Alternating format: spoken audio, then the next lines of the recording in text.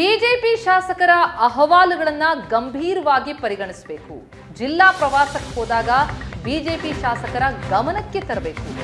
ವಿಮಾನದ ವೇಳಾಪಟ್ಟಿಗೆ ತಕ್ಕಂತೆ ಟಿಪಿ ಸಿದ್ಧಪಡಿಸಿಕೊಳ್ಳಿ ಅಂತ ಸಚಿವರುಗಳಿಗೆ ಸಿಎಂ ಕ್ಲಾಸ್ ತೆಗೆದುಕೊಂಡಿದ್ದಾರೆ. ಬಿಜೆಪಿ ಪಾಳ್ಯದಲ್ಲಿ ಆಂತರಿಕ ಅಸಮಾಧಾನ ಮುಗಿಲೆದ್ದಿದ್ದು ಸಚಿವರು ಶಾಸಕರ ನಡುವಿನ ಮುಸುಕಿನ ಗುದ್ದಾಟ ಜೋರಾಗಿದೆ.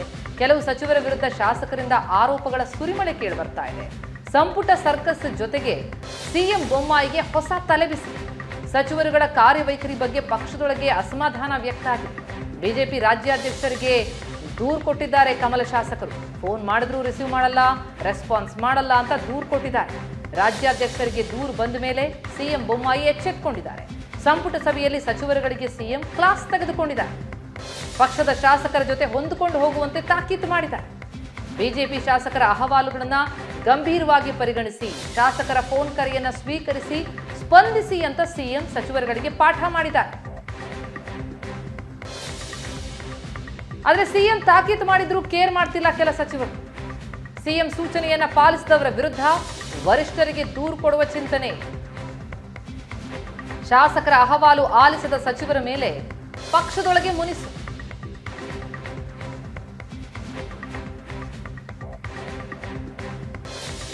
ಸಂಪುಟ ಸರ್ಕಸ್ ಜೊತೆಗೆ ಸಿಎಂ ಬೊಮ್ಮಾಯಿಗಿದು ಹೊಸ ತಲೆಬಿಸಿ.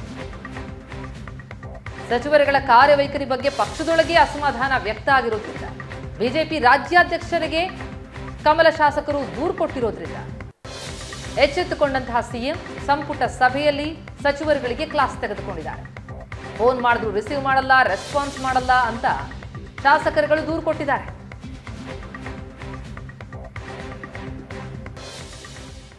ಎಂಟು 9 10 3 ವರ್ಷಗಳ ಕಾಲ ಡೆಲ್ಲಿ ಹೋಗ್ತೀನಿ. ಏನೋ ನಾನು ಹೋದ ತಕ್ಷಣ ಭಾರಿ ಬದಲಾವಣೆ ಆಗ್ಬಿಡುತ್ತೆ. ನಾನೇನು ಭಾರಿ ದೊಡ್ಡವನಲ್ಲ, ಒಬ್ಬ ಸಾಮಾನ್ಯ ಕಾರ್ಯಕರ್ತ. ಹಾಗಾಗಿ ನೋಡು, ನಾನು ಎತ್ತಾಳ ಮಾತಾಡಿದ್ವಿ, ಮತ್ತೆ ಎತ್ತಾಳ ಮಾತಾಡಿಲ್ಲ. ಅದೇ ಶಾಸಕರ ಗುಂಪು ನಾನು ಲಾಬಿ ಮಾಡಲ್ಲ. ಲಾಬಿ ಮಾಡಿದರೆ ಸರ್ಕಾರ ಸಂಘಟನೆ ವರ್ಚಸ್ಸು ಧಕ್ಕೆ ಆಗುತ್ತೆ. ನಮ್ಮಲ್ಲಿ ಗೊಂದಲಗಳಬಾರ್ದು. ಯಾವುದೇ ವ್ಯಕ್ತಿಯ ವಿರುದ್ಧ ನನ್ನ ಹೋರಾಟ ಅಲ್ಲ. ನನ್ನ ಹೋರಾಟ ಭಾರತೀಯ ಜನತಾ ಪಾರ್ಟಿ ಮತ್ತೊಮ್ಮೆ ಅಧಿಕಾರಕ್ಕೆ ಬರಬೇಕು. ರೇಣುಕಾಚಾರ್ಯರಿಗೆ ಸಚಿವರ ಸ್ಥಾನ ಸಿಕ್ಕಲ್ಲ, ಅದಕ್ಕೆ ಮಾತಾಡ್ತೇನೆ ಅನ್ಬೋದು. ನಾನು ಆ ರೀತಿ ವ್ಯಕ್ತಿ ಅಲ್ಲ. ಪಾರ್ಟಿ ಅಧಿಕಾರಕ್ಕೆ ಬರ್ಬೇಕಂತೇಳಿ ಸಂತೋಷಪಟ್ಟರನ್ನು ಮುಖ್ಯಮಂತ್ರಿಗಳಿಗೆ ಲಿಖಿತವಾಗಿ ನಾನು ಯಾವುದೇ ದೂರನ್ನು ಕೊಟ್ಟಿಲ್ಲ. ರಾಜ್ಯದ ಅಧ್ಯಕ್ಷರಿಗೂ ದೂರು ಕೊಟ್ಟಿಲ್ಲ. ಹಿಂದೆ ಅನೇಕ ಬಾರಿ ಶಾಸಕಾಂಗ ಸಭೆಯಲ್ಲಿ ನೇರವಾಗಿ 16 ಬಾರಿ ಯಡಿಯೂರಪ್ಪನವರು ಇದ್ದಾಗ, ಈಗಿನ ಮುಖ್ಯಮಂತ್ರಿ ಬಸವರಾಜ ಬೊಮ್ಮಾಯಿಯವರ ಮತ್ತು ರಾಜ್ಯದ ಅಧ್ಯಕ್ಷ ಇದ್ದಂಥ ಸಂದರ್ಭದಲ್ಲಿ ನಾನು ಮತ್ತು ಅನೇಕ ಶಾಸಕರುಗಳು ನಮ್ಮ ಮನಸ್ಸಿನ ಭಾವನೆಗಳನ್ನು ನಾನು 4 ಗೋಡೆ ಮಧ್ಯೆ ವ್ಯಕ್ತಪಡಿಸಿದ್ದೀನಿ ಮತ್ತು ವೈಯಕ್ತಿಕ ಭೇಟಿ ಮಾಡಿ ಹೇಳಿದ್ದೀನಿ. ಇದು ದೂರ ಅಂತ ಅನ್ನಿಸ್ಬಾರ್ದು, ಇದು ದೂರ ಅಲ್ಲ. ಈ ಬೆಳವಣಿಗೆ ಬಗ್ಗೆ ಇನ್ನಷ್ಟು ಡೀಟೇಲ್ಸ್ ಕೊಡ್ತಾರೆ ನಮ್ಮ ರಿಪೋರ್ಟರ್ ಆನಂದ್ ಬೈದ್ರಮನೆ. ಈಗ ಸಂಪರ್ಕದಲ್ಲಿದ್ದಾರೆ. ಆನಂದ್, ಸಚಿವರು ಮತ್ತು ಶಾಸಕರ ನಡುವೆ ಮುಸುಕಿನ ಗುದ್ದಾಟ ಬಾರಿ ಜೋರಾಗಿ ಕಂಡು ಬರ್ತಾ ಇರುವಂತದ್ದು, ಆರೋಪಗಳ ಸುರಿಮಳೆ ಆಗಿದೆ ಅಂತಂದ್ರೆ ಇದನ್ನ ಹೇಗೆ ನಿಭಾಯಿಸ್ತಾರೆ ಈಗ ಸಿಎಂ ಮಾತನ್ನು ಕೇಳ್ತಿಲ್ವಾ ಸಚಿವರುಗಳು?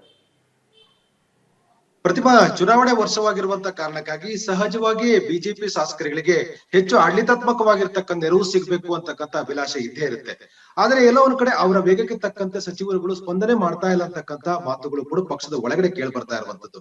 ಈಗಾಗಲೇ ಸಚಿವರಾಗಿರ್ತಕ್ಕಂಥ ಬಹುತೇಕರು ಎಲ್ಲೋ ಒಂದ್ ಕಡೆ ಬಿಜೆಪಿ ಶಾಸಕರ ಅಭಿಪ್ರಾಯಗಳನ್ನ, ಅವರ ಫೋನ್ಗಳನ್ನ ರಿಸೀವ್ ಮಾಡದೇ ಇರತಕ್ಕಂಥದ್ದು, ಸ್ಪಷ್ಟವಾಗಿರ್ತಕ್ಕಂಥ ಒಂದು ಸಂದೇಶ ರವಾನೆ ಮಾಡಿದ್ರು ಕೂಡ ಅದಕ್ಕೆ ರಿಪ್ಲೈ ಕೊಡದೇ ಇರತಕ್ಕಂಥದ್ದು, ಯಾವುದೋ ಒಂದು ಆಡಳಿತಾತ್ಮಕ ಸಮಸ್ಯೆ ಇಟ್ಕೊಂಡು ಬಂದಾಗ ಅವರಿಗೆ ಅವರನ್ನ ಭೇಟಿ ಮಾಡದಕ್ಕೆ ಅವಕಾಶ ಕೊಡದೇ ಇರತಕ್ಕಂಥದ್ದು, ಇವೆಲ್ಲವೂ ಕೂಡ ಪಕ್ಷದ ಒಳಗಡೆ ದೊಡ್ಡ ಮಟ್ಟದ ಸಂಘರ್ಷ ರೀತಿ ಕಂದಕ ಕಾರಣವಾಗಿದೆ. ಬಿಜೆಪಿ ಸಚಿವರುಗಳು ಮತ್ತು ಶಾಸಕರು ಅಂತಕ್ಕಂಥ ವಾತಾವರಣ ಸೃಷ್ಟಿಯಾಗುವ ಹಾಗೆ ಮಾಡಿದೆ. ಸಹಜವಾಗಿ ಈ ಒಂದು ಬೆಳವಣಿಗೆ ಹಿನ್ನೆಲೆಯಲ್ಲಿ ಪಕ್ಷದ ಅಧ್ಯಕ್ಷರಾಗಿರ್ತಕ್ಕಂಥ ಕಟೀಲ್ ಅವರಿಗೆ ಕೆಲ ಶಾಸಕರುಗಳು ದೂರುಗಳನ್ನು ಕೂಡ ಕೊಟ್ಟಿದ್ರು. ಆ ದೂರಿನ ಹಿನ್ನೆಲೆಯಲ್ಲಿ ಮುಖ್ಯಮಂತ್ರಿ ಬಸವರಾಜ ಬೊಮ್ಮಾಯಿ ಅವರು ಕಳೆದ ಗುರುವಾರ ನಡೆದಂತ ಸಚಿವ ಸಂಪುಟ ಸಭೆಯಲ್ಲಿ ಕ್ಲಾಸ್ ಅನ್ನು ಕೂಡ ಕೆಲ ಸಚಿವರು ತೆಗೆದುಕೊಂಡಿದ್ರು.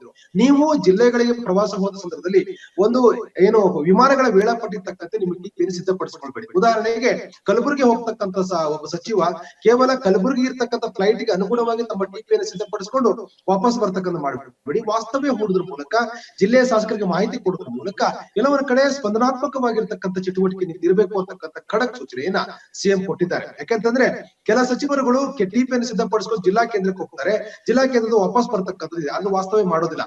ಹಾಗಾಗಿ ಜಿಲ್ಲಾ ಕೇಂದ್ರದ 70-80 ಮತ್ತು 100 ಕಿಲೋಮೀಟರ್ ದೂರದಲ್ಲಿರ್ತಕ್ಕಂಥ ಬಿಜೆಪಿ ಶಾಸಕನಿಗೆ ಯಾವುದೋ ಒಂದು ತನ್ನ ಕ್ಷೇತ್ರದ ಸಮಸ್ಯೆಯನ್ನ ಸಚಿವರ ಗಮನಕ್ಕೆ ತರ್ತಕ್ಕಂಥ ಪ್ರಯತ್ನವನ್ನು ಮಾಡ್ಲಿಕ್ಕೆ ನಿಯೋಗ ಬರ್ಲಿಕ್ಕೂ ಕೂಡ ಅವಕಾಶ ಆಗೋದಿಲ್ಲ.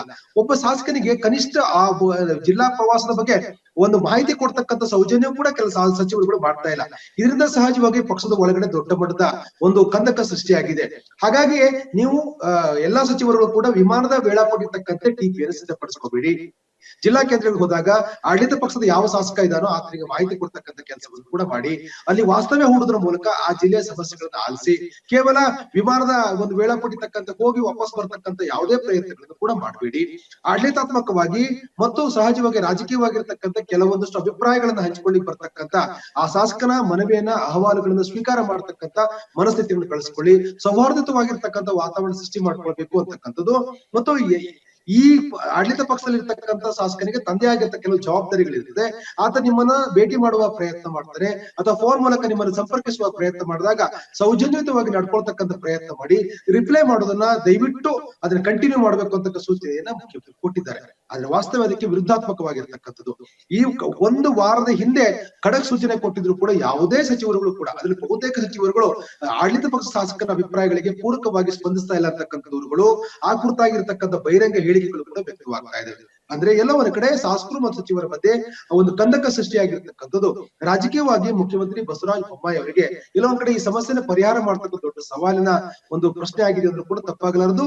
ಇದನ್ನ ಪರಿಹಾರ ಮಾಡಿಬಿಟ್ಟಲ್ಲಿ ಒಂದೊಮ್ಮೆ ಸ್ಪಷ್ಟ ನಿರ್ಧಾರ ಆಗಿದ್ರೆ ವರಿಷ್ಠರಿಗೆ ದೂರು ಕೊಡ್ಬೇಕು ಅಂತಕ್ಕಂಥ ಚಿಂತನೆಗಳು ಕೂಡ ಪಕ್ಷದ ಒಳಗಡೆ ವ್ಯಕ್ತವಾಗ್ತಾ ಇದೆ.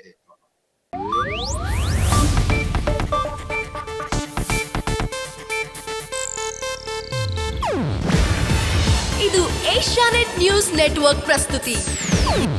ನೀವು ನೋಡ್ತಿದ್ದೀರಾ ಏಷ್ಯಾನೆಟ್ ಸುವರ್ಣ ನ್ಯೂಸ್.